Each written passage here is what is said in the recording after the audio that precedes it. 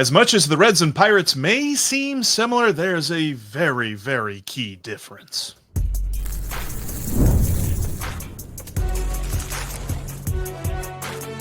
You are Locked On MLB Crossover, part of the Locked On Podcast Network. Your team every day.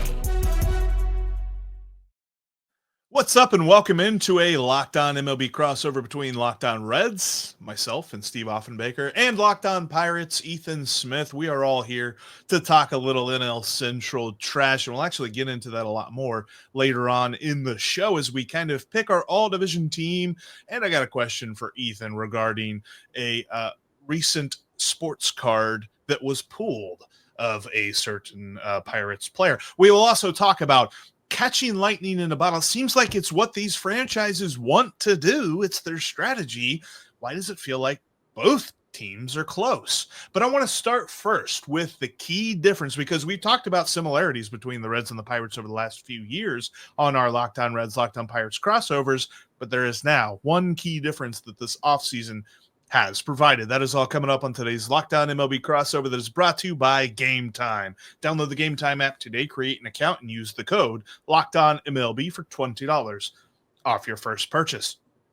And gentlemen, where I want to begin today, we've talked a lot about how the Reds and the Pirates, they're young, they're hoping on the youngsters, they're really hoping for their talent to develop, and they're not really spending a lot of money, and they're going to get better and all this other stuff. But there's a very key difference now between these two organizations, and that difference is Terry Francona. That difference is the seriousness with which you can take the manager of the Reds as opposed to years past. And I know that, Ethan, you and I have gotten into conversations before about, we have seen Derek Shelton and David Bell in the same room at the same time, so we know that they're two different people, but they seemed very similar. Terry Francona changes this entirely. Yeah, and I mean, I agree. And Terry Francona is the kind of guy that comes in and you almost get a vibe that he's just going to change the ceiling for that Reds team, because David Bell, for what it's worth, was just not a great manager. I mean, there used to be jokes all the time that David Bell was holding this team back and he wasn't getting the most out of the players that were on this roster. And for the Pittsburgh Pirates, that's kind of been the feeling that we have about Derek Shelton at this point, is you kind of give him the benefit of the doubt since I started the show about 2021 and 2022, because, you know, you were just kind of figuring out where your core was. 2023 comes along and, okay, you go 76 and 86 with basically half a pitching staff. And you're like, okay, now we're moving forward. But then when you add Paul Skenes and Jared Jones and all these other players to the mix, and you still end up 76 and 86 and have another season where you have a 10-game losing streak late in the year when you were in a contention spot, because I'm sure you guys remember me talking about the Pirates being in a contention spot after the trade deadline, you start to wonder, okay, does the difference between these teams just come down to coaching? And it's hard to deny what Terry Francona, one, has done across his career, but what he can do with this Cincinnati Reds team with the likes of Elly, Cruz, and Hunter Green. I mean, it's really hard to deny. And I know Steve's probably thinking, wait, Ethan's saying something good about the Reds? Like, what's going on here? But it's hard not to. I mean, if you had told me the Pirates would have got rid of Derek Shelton to get Terry Francona, I would have been jumping off the wall behind me probably about 20 times.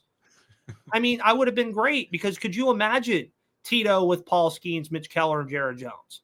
He'd be foaming at the mouth with it. But sadly, he's a Cincinnati Red right now for Pirates fans, and I think it's going to work out for the better for Cincinnati.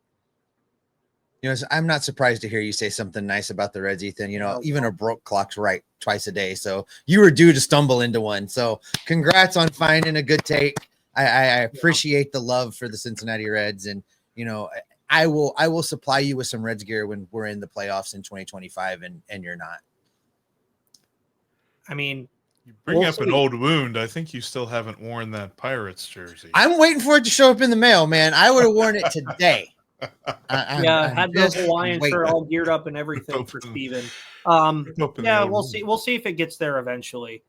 Maybe I'll just send him my Georgia Peach Bowl win over Ohio State. Oh. Well, Just not to bring college football into this, let's bring it back to what we were talking we'll stay on about. baseball. When it comes to, I find it interesting because we said early on this offseason that if Terry Francona is the best move that the Reds make, we don't know that we love this offseason. But every single person that has consistently talked about the Reds this offseason, and Buster Olney being the most recent one, has said that they love this for the Reds. They love this for the young roster. They love this for the lieutenants and the assistants and all the different guys that he's bringing in. I mean, got Mike Napoli as a unnamed coach who's basically just the czar of winning, I think is really what his title is going to end up being. And in Buster Olney's article, he mentioned that Dustin Pedroia has said that whatever Terry Francona needs, he is ready to step up and help out, which, I mean, he could be part of the Reds spring training camp. It's very interesting to see the changes that Terry Francona is going to implement, which I think for me, first and foremost, starts with Elly De La Cruz, because we saw what he did with Jose Ramirez in Cleveland. And Jose Ramirez was already an immensely talented player. I understand that. But I think you'd be hard pressed to find 5 people that disagree with the take that Jose Ramirez is a top 5 player in Major League Baseball right now.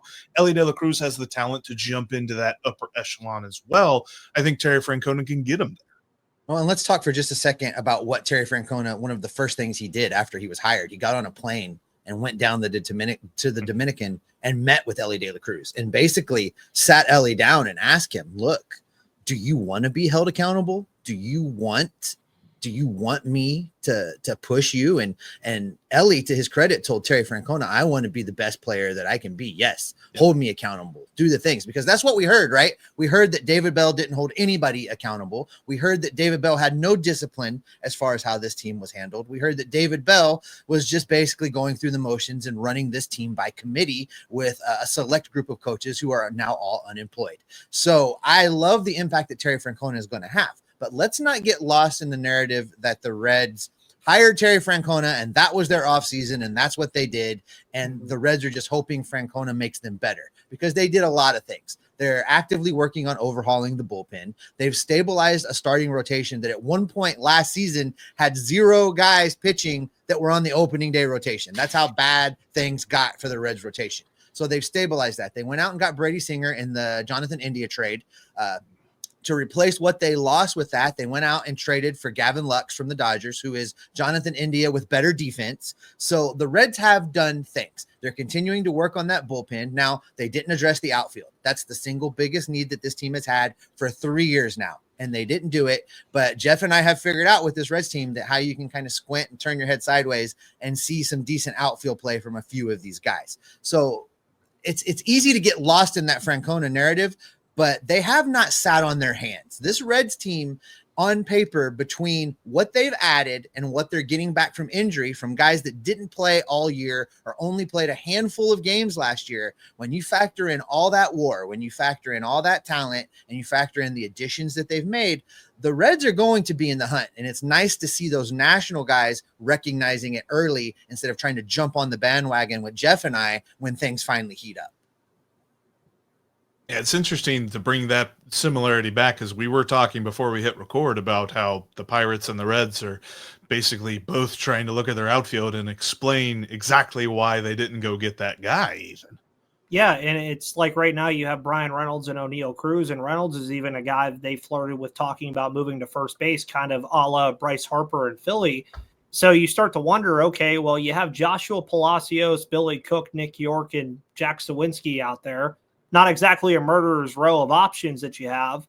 And there were a lot of good options out there. I know you guys talked a lot about Anthony Santander. I talked a lot on my show about Jurickson Profar and catching lightning in a bottle, which we'll talk about in the second segment, obviously. But Profar, I think, would have been great for this team, albeit the defense isn't that great. If the back could show up, I thought it would have been great.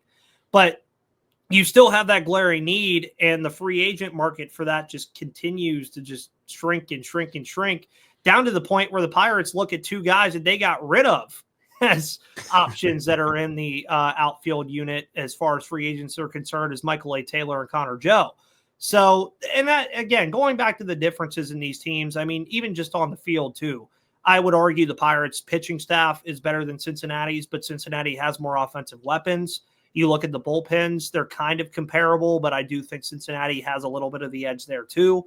But I really just do think the coaching might be the difference. It's crazy to think about it boiling down to that in baseball, but I really do think that Terry Francona is that much better than Derek Shelton is. And for 2025, and I've said this on my show constantly, this is a benchmark year for Derek Shelton. If he does not improve whatsoever, he's out the door. Bye. I mean, it might even be before that. That might be something I'm talking about in May or June, depending on where this team is. And I'm shocked that it didn't happen this offseason. But we'll just have to wait and see how it all plays out. But yeah, getting Tito in this division, I'll even say it right now, I think he's the best manager in the division. Sorry, Cubs fans. I really do. I mean, I'm just going to be – I know Craig Counsell has the pedigree, but I really do think that Tito is the best manager in this division. We wholeheartedly agree with you on that one. But yes, the managerial differences are definitely what I wanted to focus on there. But you mentioned the lightning in a bottle, because the strategy of these two organizations for basically my entire life has been very similar. It seems, though, that they are close to at least achieving part of that. We'll talk about that here coming up next.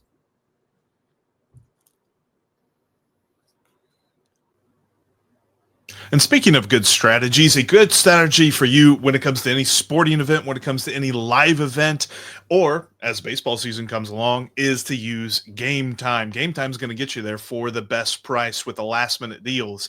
And they've got great setups as well. If you're going on the road, maybe you're a Pirates fan coming down to Cincinnati or a Reds fan going up to Pittsburgh, and you're not used to the stadium, they give you the view from your seat. You can see exactly what you will see. So when you buy your ticket, you got confidence in knowing that you got a good spot. Game Time's got all kind of great last-minute deals, especially when it comes to the NFL playoffs. I don't know if anybody's going out to Kansas City to root for the Buffalo Bills, but if you do, go on Game Time and check out the great deals that they've got for that game. And hey, you can use the code LOCKEDONMLB to save $20 off your first purchase. That's LOCKEDON MLB for $20 off your first purchase whenever you create your account on Game Time. Download that app today. What time is it? It's game time. We are talking Reds and Pirates baseball here today, as we do all day, every day on Locked On Pirates and Locked On Reds here on this Locked On MLB crossover. Just talking a little bit of trash. We're happy with the managers. But I think when you look at both of these teams, for our entire lives, quite frankly, there's always been an element of their strategy that, all right, in order to win, we got to catch lightning in a bottle. Whether they've been good or not, even if you go back to 2012, and I've thought about this before because 2012 was just a seminal year for Reds fans, at least in the last 30 years, because that seemed like the best chance they had to move to advance in the postseason. A big part of that was they caught lightning in a bottle and they had 0 pitching injuries on the starting rotation. That hasn't happened ever. I don't expect it to ever happen again. But that's not exactly what they have to rely on now. What they have to rely on now is a number of guys. And I saw a good friend of the Locked On Reds podcast, our friend Ken Huber over at Obscura X Reds, laid out 5 different guys who all had horrible 2024s. And can we expect them to be better in 2025? And it didn't really seem like you had to squint that hard to see that. So all of these guys kind of getting better is what we're looking at for the Reds. When you look at the Pirates, what is their lightning in the bottle? Because it does feel like they struggled with run production, but like, is it pitching health and stuff like that? Yeah, well, the starting pitching staff is clearly the strength. I mean, you look at Paul Skenes and Jared Jones and Mitch Keller, even a Bailey Falter at some point. And then that 5th starting spot is going to be a big talking point in spring, which I'll be talking about on my show probably a lot in February and going into March about who could win that 5th starting spot. But you look at the blown saves category.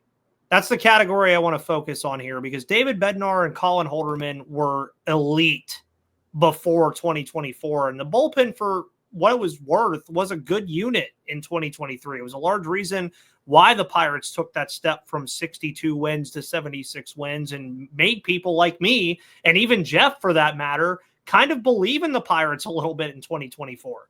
But then they make the trade deadline moves and go into that West Coast trip. And it felt like I was watching the same game on rewind where the offense would give them the production, unlike they usually would. The starting pitcher would give them 6 or 7 innings, but then the bullpen would just throw it away. And I added this on my show yesterday or on Thursday that if you just take a quarter of those blown saves away, the Pirates are an 80-win team. And I think we feel a lot different with 4 more wins. That's all you feel with that.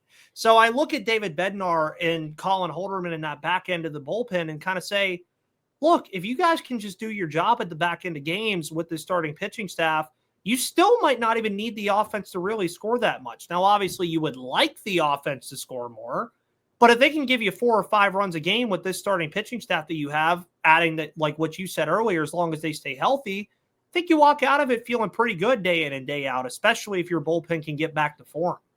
Yeah, and that's where I feel like, Steve, the rumors about the Reds being linked to Carlos Estevez and not like a big name outfielder in some other capacity aren't such a bad thing. Like, I feel like the Reds improving the bullpen is almost just as important as improving the outfield.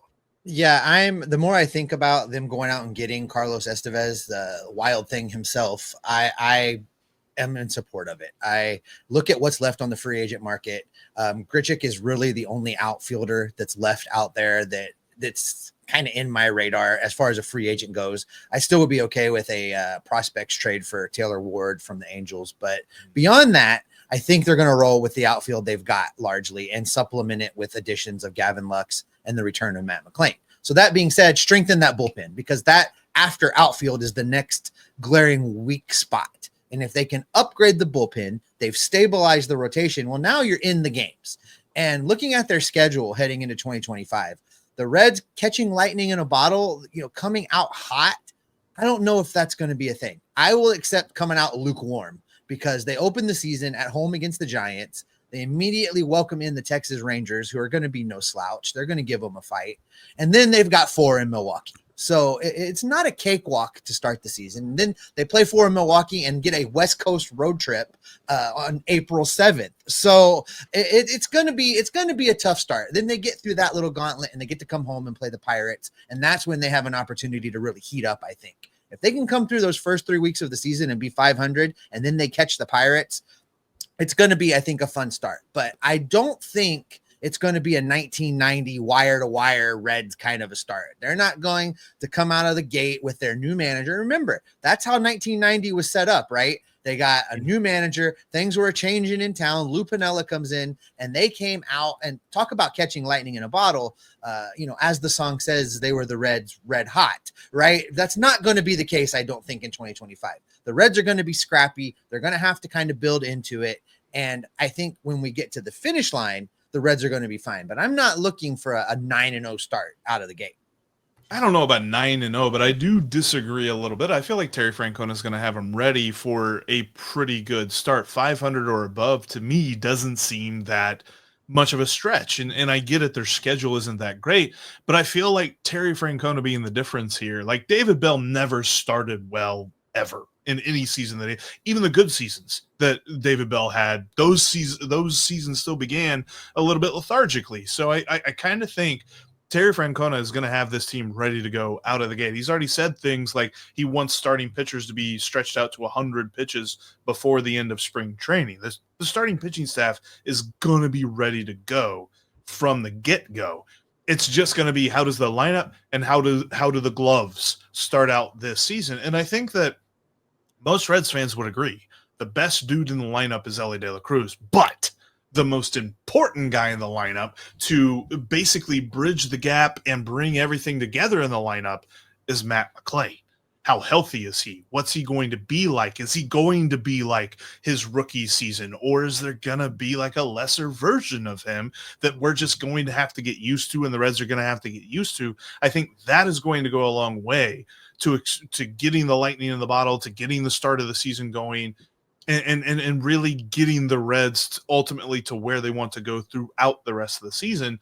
What's the Pirates version of that? Because I think you would say that O'Neal Cruz is probably the biggest producer in the Pirates lineup, but who's the linchpin to the Pirates lineup? Yeah, well, you look at Brian Reynolds and O'Neal Cruz, and a lot like Matt McLean. I mean, you look at a guy like Brian Hayes, who's dealt with a lot of injuries throughout his career already. What kind of health do you get from him? You then point at Spencer Horwitz, who's been the biggest offseason like acquisition they've made, and they've went out and said, okay, you're going to be the guy at first base. What can he do? And Steve brought up your guys' schedule. Ours is very, very different. I mean, we open up in Miami again for the second straight year. We stay in Florida and play Tampa. Then we play the Yankees and the Cardinals at home before we head to Cincinnati. So you look at that and you say, okay, the starting pitching staff, if it can get hot out of the gate like they have the last 2 seasons, the Pirates can have a pretty good start again. And as Steven always likes to say, we can hang the April champions banner again. That's right. Because even print the t-shirts, baby. Print the t-shirts. Because champions even after of April, Cincinnati, you have the Nationals. That's a winnable series. Cleveland at home. You know, what kind of Cleveland team are you getting this year? Then at LA for the Angels and Dodgers.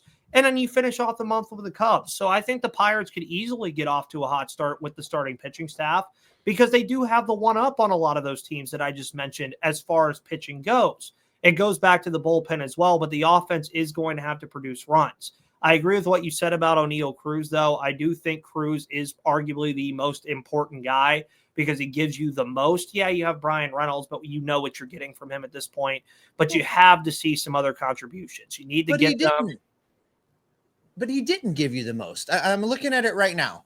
Last season, he was 13% better than league average. That's great. But O'Neal Cruz profiled to be, your answer to Elly De La Cruz. So Elly De La Cruz is putting up 5+ in WAR, and O'Neal Cruz scratched out 2.5 in WAR. So my question, and I'm being serious, I'm not trying to be funny. My question is, was the ankle injury, did it change his game so much that he's never going to be that guy we thought he was going to be? Was the ankle still bothering him and he wasn't 100% last season? Like, is there room for growth there? Because I was excited to watch for the next 6 years, De La Cruz versus Cruz. Like, I was looking forward to that particular battle year in and year out. But O'Neal kind of fell flat last year for me.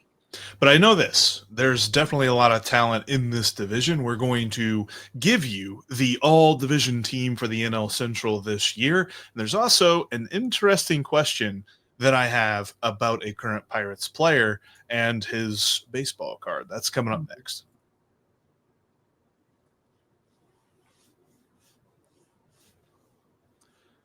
Make sure you're subscribed to Locked On Pirates and Locked On Reds on your favorite audio platform. We're literally on all of them.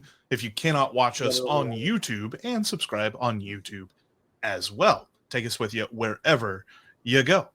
And I wanted to close out today's show with a couple of different things here, guys. The first thing that I wanted to do is just a quick discussion. Best players in the division. I feel like it's changed a lot, obviously. I mean, Cody Bellinger's gone. Now you got Kyle Tucker in there. He's going to make his way onto this team for sure. You've got Shota Imanaga really proving that he deserves a nod into a pitching staff that definitely includes Paul Skenes and Hunter Green. But how does this shake out? Because I feel like there are a couple of players from each of our teams, but I think it's mostly Cubs and some Brewers and maybe – is there any Cardinals on this team? There might be like one.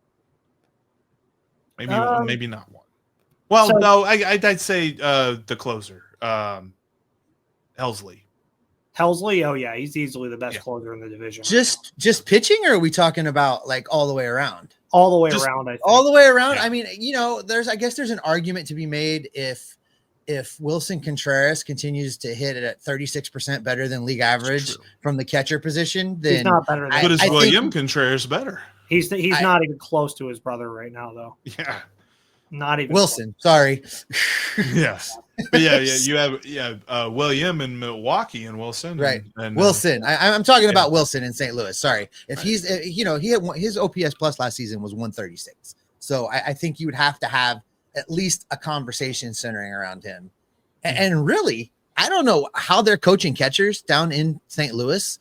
But once they got rid of the throat slasher, they're actually getting some really good catcher play down there.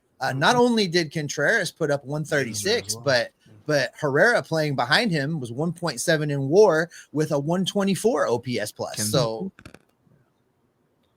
The only that's other true. Cardinal I think outside of Helsley that I could make a strong argument for, and I know that obviously Elly's playing shortstop, is Mason Wynn. Mhm. Like Mason Wynn to me is like the only other guy, like if he takes that next step forward.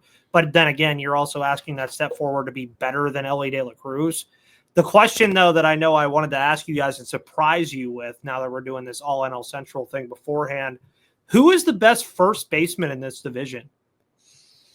Now that like a lot of these guys are kind of gone, you look around this division and the first base position in this division is just dire. The two easy like fallback answers are gone now. It's not Joey and it's not Paul Goldschmidt. Nope. And that's where I looked at that as I said, man, sadly, you can make an argument for Spencer Horwitz being the best first baseman in this division right now. Yeah, because Milwaukee struggled at first base. The Reds struggled at first base. Hoskins, but are you really naming Hoskins as your best first baseman? Yeah, because he DHs mostly. Yeah. And that's where I wanted to bring that up as kind of a surprise because I see Steve's face kind of working here. It's like, is it posthumously Rowdy Tellez? I mean, I know he's not in the division anymore, but that's what you think about is it's like the first base position in this division is just not good. Yeah, it's not pretty, guys. I'm flipping through the teams right now. And if you're going to exclude Hoskins because of the DH thing, then yeah. Who is Milwaukee's first baseman if he DHs? The pause speaks volumes. Can tell you. It's like Gary Sanchez played some first base for them last year. Hoskins played some third base for them last year. Went from the all NL Central team to, oh my God, the first base position. Jake Bauers played some in a negative 0.4 WAR. Jake Bauers, 116 games, played some. Jake Bauers, former first Red. base. But I am interested too for both of you guys. What would be your top five, regardless of position in this division, in no order right now? No. Like regardless of pitcher or position, like in the division, like no order whatsoever. It doesn't have to be in order. Just like the top five best players in this division. Well, Elly and Skenes for sure. Kyle Tucker. Is Churio? I would put Churio in there. You would put him in the top five now? I would put Jackson Churio in the top five. I think he starts in the outfield. Like I think the outfield's I'll be probably honest, Tucker. You mentioned him earlier. I'll throw Helsley in the top five because I think he's that valuable. I wonder if they trade him now that we talk about it. Like, because when it comes to the Cardinals, they are just so in over their heads, and there's no reason for a 90-loss team to have a lockdown closer. Like, he could get them. I truly do agree with you, though, that Elly and Skenes are definitely in there somewhere. But after that, there's a lot of different arguments. Like, you have Kyle Tucker. You could have even Brian Reynolds if you want to.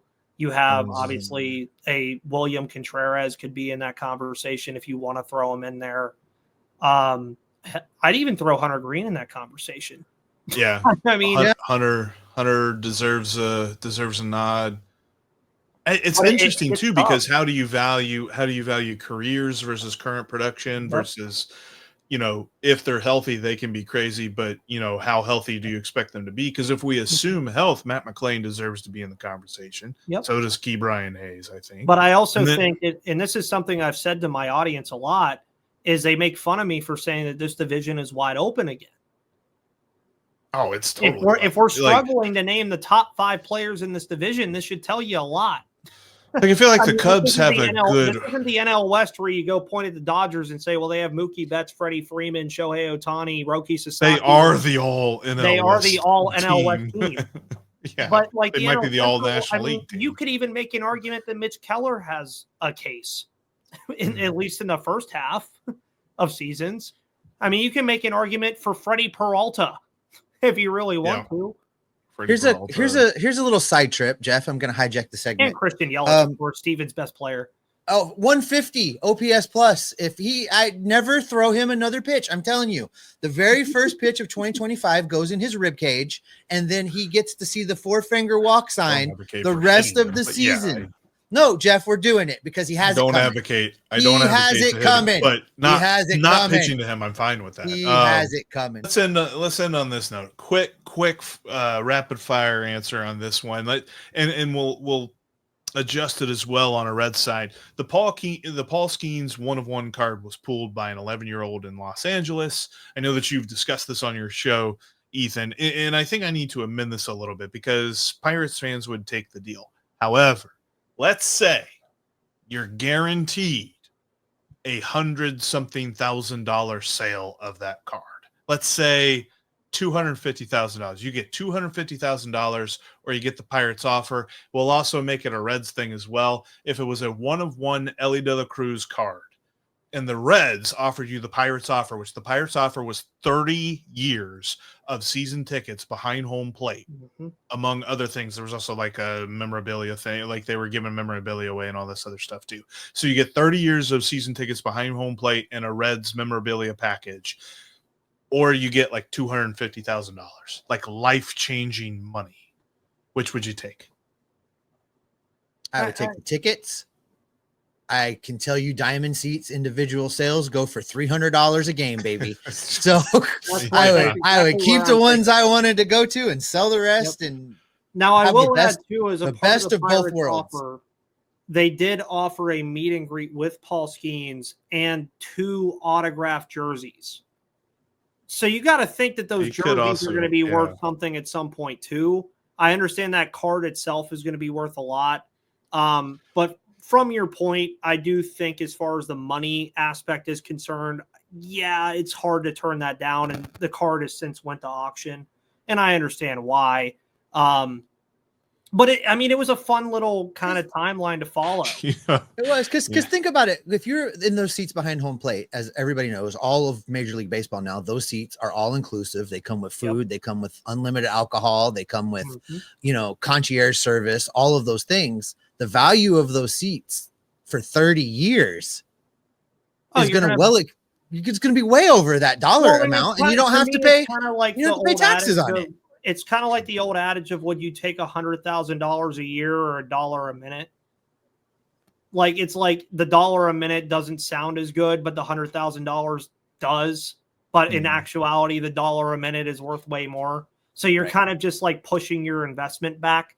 And for an 11-year-old kid, it's like, yeah, he doesn't care. I know the family made the decision, obviously, but that it's fun. I mean, it really is fun for Pirates fans, even too. I said this when I talked about it. I said, how many times are you really going to have a Pirates player have a debut patch card that was signed by him go for this much market value and be this hyped up to the point where the team itself is offering a package that includes all this stuff, including spring training, and you can watch a game with Livy Dunn at some point.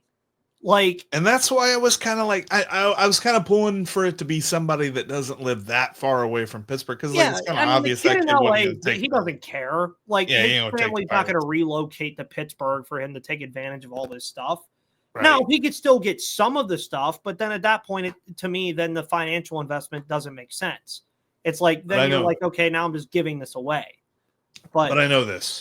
Here's hoping that all of us pull a 1-of-1 baseball card at some point in our lives, because that would be amazing. And that is where we will end today's crossover. Thanks so much for checking out today's Locked On Reds, Locked On Pirates crossover. Make sure you subscribe to each channel, because we've got so much coverage for you as we head into spring training. Only a few weeks away. Pitchers and catchers will be reporting here soon, and maybe that means that the snow and ice will melt eventually too, which will be awesome as well.